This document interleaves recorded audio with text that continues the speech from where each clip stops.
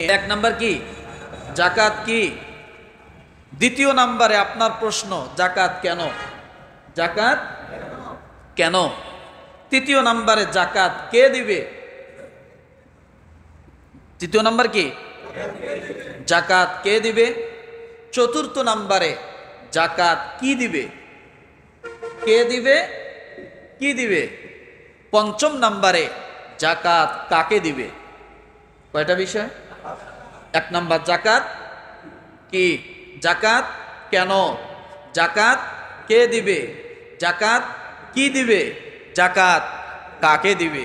যদি আমরা এই পাঁচটা বিষয় জানি তাহলে মোটামুটি জাকাত সম্পর্কে একটা ধারণা আমাদের কি আসবে। আলহামদুলিল্লাহ বলেন। আল্লাহ সুবহানাহু ওয়া তাআলা মুত্তাকির গুণ বর্ণনা করতে যায়া কোরআনুল কারিমের শুরুতেই আল্লাহ তাআলা কয়েকটা গুণের কথা বলছেন। এই কয়েকটা গুণের ভিতর আল্লাহ তাআলা এই জাকাতকেও ঢুকাইয়া দিয়েছেন। সুবহানাল্লাহ বলেন।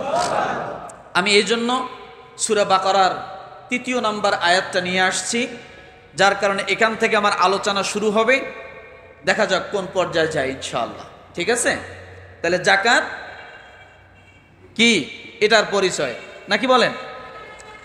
আল্লাহ পাক রব্বুল আলামিন বলেন, আলিফ লাম মিম যালিকাল কিতাবু লা রাইবা ফীহি হুদাল লিল মুত্তাকিন আল্লাযীনা يؤمنون بالغيب ويقيمون الصلاة ومما رزقناهم ينفقون।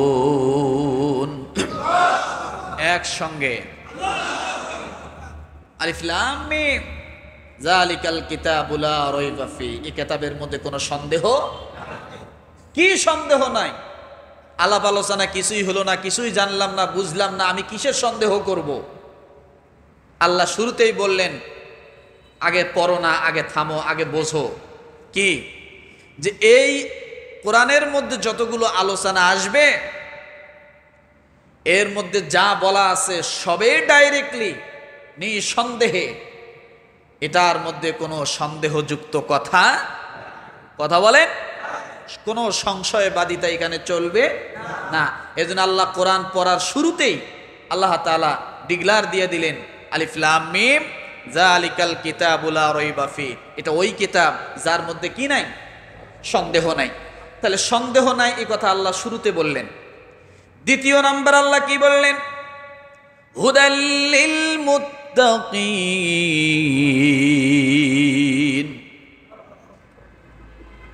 দ্বিতীয় নাম্বার আল্লাহ কি বললেন?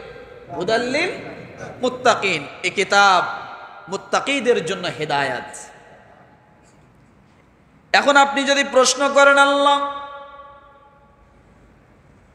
বুঝলাম মুত্তাকির জন্য হেদায়েত, মুত্তাকির কাজ কি? মুত্তাকির কি কি কোয়ালিটি হবে? মুত্তাকির বায়োডাটা কি? মুত্তাকির পরিচয় কি? কোন কাজের গুণে গুণান্বিত থাকলে ব্যক্তিকে আমি মুত্তাকি বুঝবো? আল্লাহ তৃতীয় নম্বরে বলেন, আল্লাযীনা ইউমিনুনা বিল গায়বি ওয়া ইউকিমুনাস সালাতা ওয়া মিম্মা রাযাকনাহুম ইউনফিকুন। জোরে জোরে আল্লাহ বলে, বান্দা মুত্তাকি চেনো না? মুত্তাকির বায়োডাটা চাচ্ছ? তার প্রথম নাম্বারে 3টা কোয়ালিটি থাকবে। সুবহানাল্লাহ বলে। কয়টা? সূরা বাকারার 3য় নম্বর আয়াত, আল্লাযীনা ইউমিনুনা বিল গায়ব। সে গায়বের প্রতি ঈমান আনবে, অদৃশ্যের প্রতি ঈমান আনবে। সেটা অদৃশ্যের অনেক কিছু হতে পারে যা আমি দেখি না, সেটা যে আল্লাহর সৃষ্টি এটা আমাকে বিশ্বাস করতে হবে। আমি যে সবেই দেখবো এটার কোনো অর্থ নাই। বাতাস আমি দেখি না, কিন্তু বাতাস আল্লাহর সৃষ্টি, এটাকে আমাকে বিশ্বাস করতেই হবে। আমি যে আল্লাহকে দেখি না, কিন্তু আল্লাহ আছে, এটা আমাকে বিশ্বাস করতে হবে। তাহলে মুত্তাকির কয় কোয়ালিটির কথা এখানে বলা হয়েছে? তিন কোয়ালিটি। এক নাম্বার, প্রথম নাম্বার কোয়ালিটি হলো মুত্তাকি গায়বের প্রতি কি করবে? বিশ্বাস রাখবে যে আমি যা দেখি, আমি যা দেখি না সবই আল্লাহর সৃষ্টি। এরপর রব্বুল আলামিন দ্বিতীয় নাম্বার কোয়ালিটির কথা বললেন, ওয়ায়ুকিমুনাস সালাত। আল্লাহ বলে, বান্দারে, কোন মানুষ যদি মুত্তাকি হতে চায়, মুত্তাকি দাবি করে, তোমরা তাকে মাপজোক করো, কি করো, তোমরা তাকে মাপে নাও, তোমরা তাকে স্কেল দিয়ে মাপো। এই স্কেলের নাম হলো সালাত, এই স্কেলের নাম হলো নামাজ। যদি কোনো ব্যক্তি নামাজ পড়ে আর যদি সে বলে আমি মুত্তাকি, কিছুটা বিশ্বাস করা যায়। কিন্তু যে ব্যক্তি নামাজ পড়ে না, সে যদি তামাম জিন্দিগি যদি মাইক দিয়ে গলা ফাটায় বলে আমি মুত্তাকি, আল্লাহ বলে খবরদার তোমরা এটা বিশ্বাস করো না। নামাজি হলে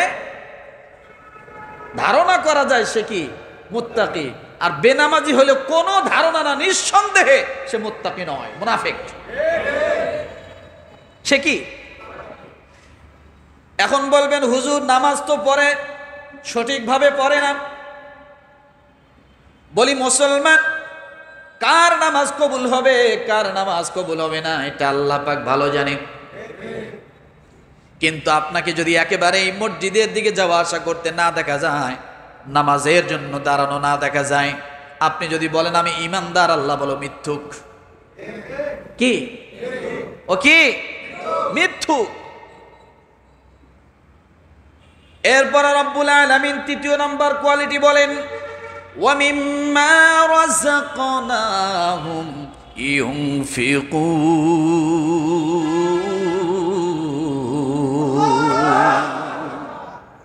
মুত্তাকির তৃতীয় নাম্বার কোয়ালিটিটা হলো আমি আল্লাহ তাকে যে রিজিক দিয়েছি, এই রিজিক থেকে দান করবে, ব্যয় করবে।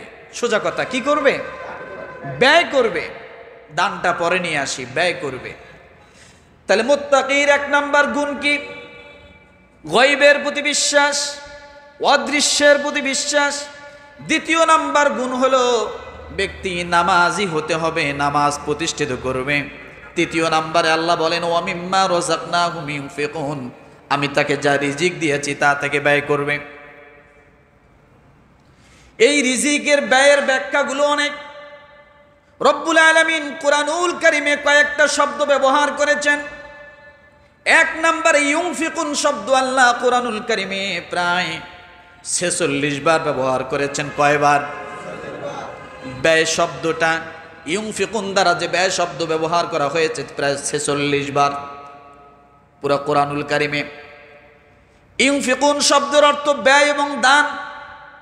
আবার রব্বুল আলামিন যাকাত শব্দ কুরআনুল কারীমে ব্যবহার করেছেন প্রায় 56 বার। কতবার? 56 বার আল্লাহ যাকাত শব্দ ব্যবহার করেছেন কোরআনে। এটাও দান পর্যায়, কিন্তু এটা ওই দান নয়, ইচ্ছাদিক দান নয়। অর্থাৎ যাকাত শব্দ যেখানে আসবে, যদি সম্পদের দিক থেকে যাকাত অর্থ নেওয়া হয়, তাহলে এটা অবশ্যই বাধ্যতামূলক করা হবে, কারণ এটা একটা ফরজ ইবাদত। সব দান ফরজ না। ইউনফিকুন এমন একটা শব্দ, আল্লাহ যে সূরা বাকারা 3 নম্বর গুণটা বলছেন, ইউনফিকুন এমন একটা শব্দ, এই ইউনফিকুনের ভিতরে যাকাত আছে।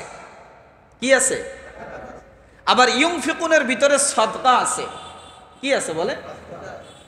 আল্লাহ এখানে নিউজ ব্যবহার করেছেন, এখানে হেডলাইন ব্যবহার করেছেন, কিন্তু বিস্তারিত আল্লাহ কি কোরআনের বিভিন্ন জায়গায় অন্য অন্য শব্দ ব্যবহার করেছেন। ইউনফিকুনটা হলো নিউজ, এটা হেডলাইন, এটা তো সব পাবেন না, শুধু আল্লাহ ব্যয়ের কথা বলছেন। এখন ব্যয়ের ধরন, চ্যাপ্টার, ভাগ আল্লাহ তাআলা কোরআনে বিভিন্ন জায়গায় বলেছেন। যেমন রব্বুল আলামিন সাদাকা শব্দ ব্যবহার করেছেন কোরআনুল কারীমে 144 বার। কত? তাহলে আমরা জানি সদকা মানে কি? কি? দান করা। যাকাত মানে কি? দান করা। ইউনফিকুন শব্দের অর্থ হলো দান করা, কিন্তু রব্বুল আলামিন ইউনফিকুন শব্দ আল্লাহ ব্যয় বলেছেন। এখানে ব্যয়ের ভিতর দিয়ে ঢুকায় দিয়ে, অর্থাৎ আপনার থেকে যেটা হস্তগত হয়ে যাবে সেটাই ব্যয়। সেটা কি? সেটা ব্যয়।